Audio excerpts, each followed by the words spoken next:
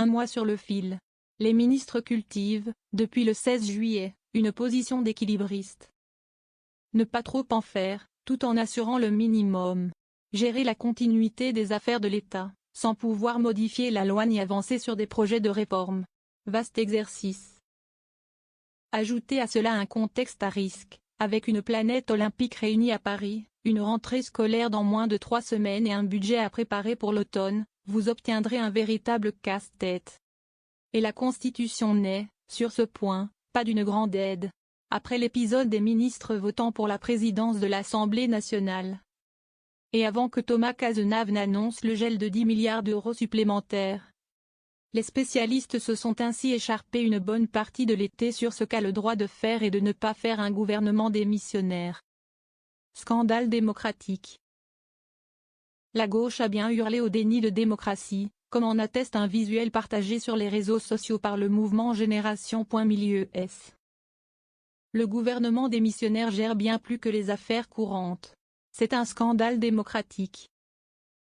Force est de constater que depuis un mois, les membres de l'équipe de Gabriel Attal n'ont pas abandonné leur costume de ministre. Les Joe aidants, Gérald Darmanin à l'intérieur et Amélie Oudéa-Castéra au sport ont été particulièrement exposés. Mais le gouvernement agit sur d'autres fronts. Économique, d'abord. Un décret du ministère du Travail a par exemple autorisé le travail consécutif sur 13 jours dans plusieurs secteurs, notamment celui de la récolte dans les champs. Désormais, les travailleurs dans les champs qui font du ramassage à la main, une tâche nécessairement pénible, peuvent se voir refuser un repos hebdomadaire une fois par mois. Le député LFI Antoine Léaume a estimé que ce n'est pas la gestion des affaires courantes ça, c'est la casse sociale par décret. La protection des mineurs sacrifiés. Un autre décret, cette fois paru au Joe du 31 juillet, a brutalement annoncé une économie de 1,6 à 1,8 million d'euros. Au budget de la protection judiciaire de la jeunesse, PJJ, entraînant la suppression de 500 postes. Cette instance est rattachée au ministère de la Justice et auprès de jeunes délinquants. En plein été, le gouvernement démissionnaire censé gérer les affaires courantes sacrifie la protection des mineurs sur l'autel de l'austérité budgétaire. La honte, s'est insurgé le sénateur communiste Yann Brossa le 14 août. Pour le militant des droits de l'enfant Lies Loufoque, lui-même ancien enfant placé, considère que c'est d'une violence. Les députés socialistes ont écrit à Gabriel Attal et à Éric Dupond-Moretti pour leur rappeler que ce décret est contraire à la simple gestion des affaires courantes. Cette décision prise en catimini ne relève nullement du périmètre accordé au gouvernement démissionnaire, estime-t-il.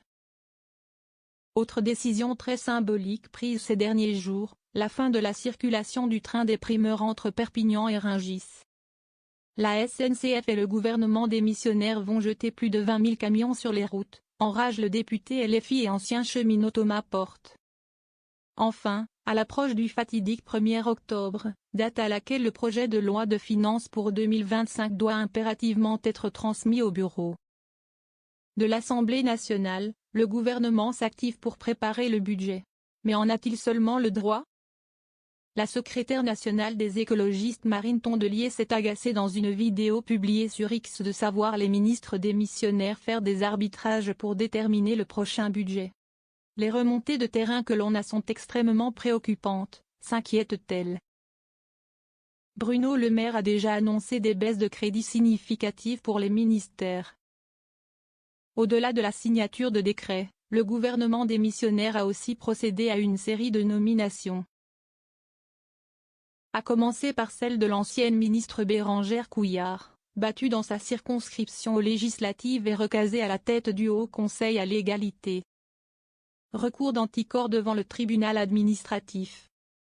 De la même façon, l'association Anticorps s'est vue refuser sa demande de renouvellement d'agrément par le gouvernement censé gérer les affaires courantes. Un recours a donc dû être déposé auprès du tribunal administratif. En revanche, sur des sujets clés comme la canicule ou la préparation de la rentrée scolaire, les députés regrettent de ne pas avoir en face d'eux d'interlocuteurs en poste. Face à cette situation d'entre-deux qui semble se prolonger, Yann Brossa a déposé au Sénat une proposition de loi visant à limiter la durée de vie d'un gouvernement démissionnaire à 8 jours. On en est très loin.